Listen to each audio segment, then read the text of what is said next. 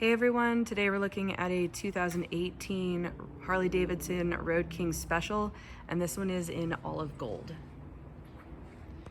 It has the 107 cubic inch engine and it is all blacked out.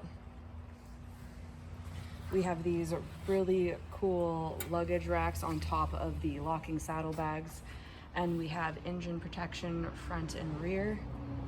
We have this massive luggage rack, and it is on a quick release system, which is really cool.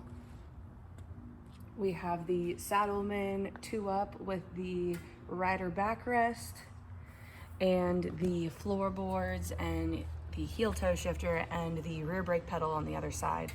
They're all cohesive. I think the boom passenger pegs too.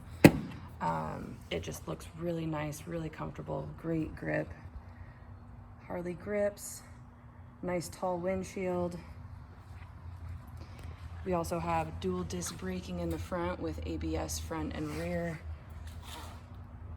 This bike is just killer, ready to go really long distances. Miles are 14,170. So come check it out. We are open for test rides 6 days a week.